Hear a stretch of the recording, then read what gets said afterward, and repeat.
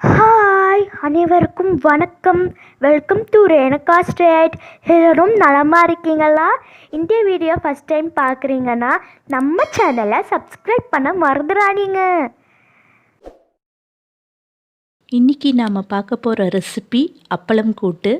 எங்கள் வீட்டு special recipe. அப்பளம் கூட்டுன்னு நான் சொல்லும்போதே எனக்கு என்னுடைய பள்ளி பருவம், ஸ்கூல் டேஸ், சாயங்காலம் ஸ்கூலை விட்டு வரும்போது அம்மா அப்பளம் கூட்டு செஞ்சு வச்சுருந்தாங்கன்னா 2 பிடி சாதம் எக்ஸ்ட்ரா சாப்பிடுவேன். ரொம்ப அழகான நினைவுகள் அதெல்லாம் பெட்டகமாக மனசில் என்றைக்குமே வந்துட்டே இருக்கும். இன்றைக்கி நான் ஒரு அம்மாவாக என் குழந்தைங்களுக்கு அப்பளம் கூட்டு செஞ்சு தரும்போது அவங்களும் அதை ரொம்ப விரும்பி சாப்பிட்றாங்க. வெள்ளை சாதத்தோட ஒரு சாதம் வடிச்சிட்டு அதில் போட்டு சாப்பிட்டாலும் ரொம்ப அட்டகாசமாக இருக்கும். அப்பளம் கூட்டு செய்வதற்கு தேவையான பொருட்கள் ஸ்க்ரீனில் டிஸ்ப்ளே ஆகுது, நோட் பண்ணிக்கோங்க. இன்றைக்கி நான் ப்ரெஷர் குக்கரை வச்சு தான் செஞ்சுருக்கேன். அதிகபட்சம் 10 நிமிஷம் கூட தேவைப்படாது. ஒரு அற்புதமான சைட் டிஷ் அப்படின்னு சொல்லலாம். அப்படி இல்லைன்னா வெள்ளை சாதத்துக்கு நீங்கள் எப்படி குழம்புலாம் ஊற்றி சாப்பிடுவீங்களோ அப்படியும் சாப்பிடலாம். வாங்க எப்படி செய்கிறதுன்னு பார்க்கலாம். இதுக்கு நான் 1 கப் கடலைப்பருப்பு எடுத்திருக்கேன். 1 கப்புன்றது 200 கிராம். கடலைப்பருப்பை எடுத்துகிட்டு நல்லா கழுவி க்ளீன் பண்ணிவிட்டு அதில் 2.5 கப் தண்ணி ஊற்றி ப்ரெஷர் குக்கரில் போட்டு வச்சுருக்கேன். 2 வெங்காயம் நறுக்கி வச்சுருக்கேன். 1 தக்காளி கட் பண்ணி வச்சுருக்கேன். இப்போது இந்த கடலைப்பருப்பில் வெங்காயத்தையும் தக்காளியும் சேர்த்துக்குங்க.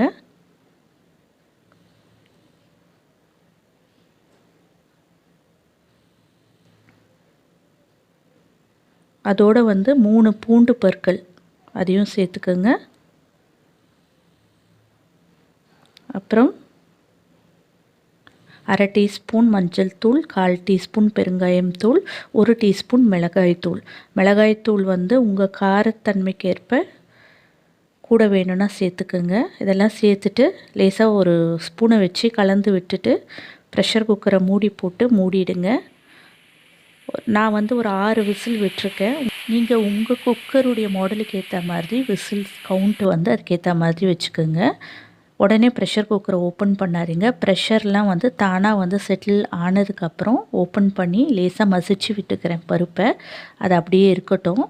அப்புறம் அடுப்பில் ஒரு பாத்திரம் வச்சு 2 டீஸ்பூன் எண்ணெய் சேர்த்து 1 டீஸ்பூன் கடுகு, 1 டீஸ்பூன் உளுந்து, 4 காய்ந்த மிளகாய் சேர்த்து வதக்கிக்கிறேன். இதுதான் தாளிப்பு அந்த கூட்டுக்கு. கொஞ்சம் கருவேப்பிலையும் சேர்த்துக்கிறேன். சேர்த்துட்டு நல்லா வதக்கிட்டு அதோடு நம்ம வேக வச்சு வச்சுருக்கோம் இல்லையா அந்த கடலைப்பருப்பு, அதை சேர்த்துக்கிறேன். இப்போ இது பார்த்திங்கன்னா நல்லா கெட்டியாக இருக்குது. இப்போ இதில் நீங்கள் அப்படியே அப்பளத்தை போட்டிங்கன்னா ரொம்ப கெட்டியாகிடும் கூட்டு. ஏன்னா அப்பளம் அதில் இருக்கிற அந்த தண்ணியெல்லாம் நல்லா உறிஞ்சிடும். ஸோ அதனால் நான் என்ன பண்ணுறேன், 1 கப் தண்ணி நான் சேர்க்குறேன். 1 கப் தண்ணி நான் சேர்க்குறேன்.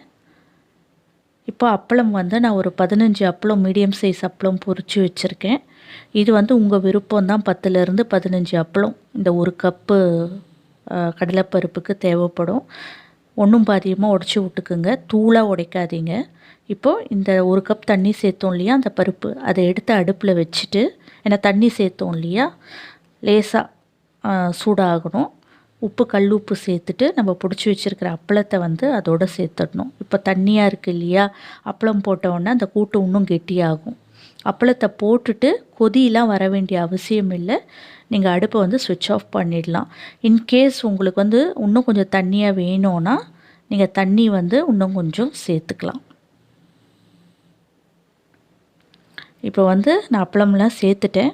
சேர்த்துட்டு கொத்தமல்லி தலையை சேர்த்துக்கிறேன். சேர்த்துட்டு அடுப்பை நான் சுவிட்ச் ஆஃப் பண்ணிட்டேன். இப்போது சுவையான அப்பளம் கூட்டு தயார். இந்த அப்பளம் கூட்டு நான் ஏற்கனவே சொன்ன மாதிரி வெள்ளை சாதத்துக்கு போட்டு பிசைஞ்சு சாப்பிட்றதுக்கு சூப்பராக இருக்கும். கார குழம்போடு சாப்பிட்டிங்கன்னா அவ்வளோ பிரமாதமாக இருக்கும். ரசம், தயிர் சாதம், அப்புறம் பூரி, சப்பாத்தி, தோசை, உப்மா இதோடலாம் வச்சு சாப்பிடும்போது ரொம்ப சுவையாக இருக்கும். இன்றைக்கி நான் எங்கள் வீட்டு ஸ்பெஷல் ரெசிபி அப்பளம் கூட்டு செஞ்சு காமிச்சிருக்கேன். நீங்களும் இந்த அப்பளம் கூட்டை உங்கள் வீட்டில் செஞ்சு பார்த்துட்டு உங்களுடைய மேலான கருத்துக்களை என்னுடன் பகிர்ந்து கொள்ளுங்கள். இந்த வீடியோ உங்களுக்கு பிடிச்சிருக்கும் நம்புகிறேன். இந்த வீடியோ உங்களுக்கு பிடிச்சிருந்ததுன்னா லைக் பண்ணுங்கள், ஷேர் பண்ணுங்கள். இந்த சேனலை மறக்காமல் சப்ஸ்கிரைப் பண்ணுங்கள். பக்கத்தில் இருக்கிற பெல் ஐக்கானை கிளிக் பண்ணுங்கள். தேங்க்ஸ் ஃபார் வாட்சிங் திஸ் வீடியோ. நன்றி.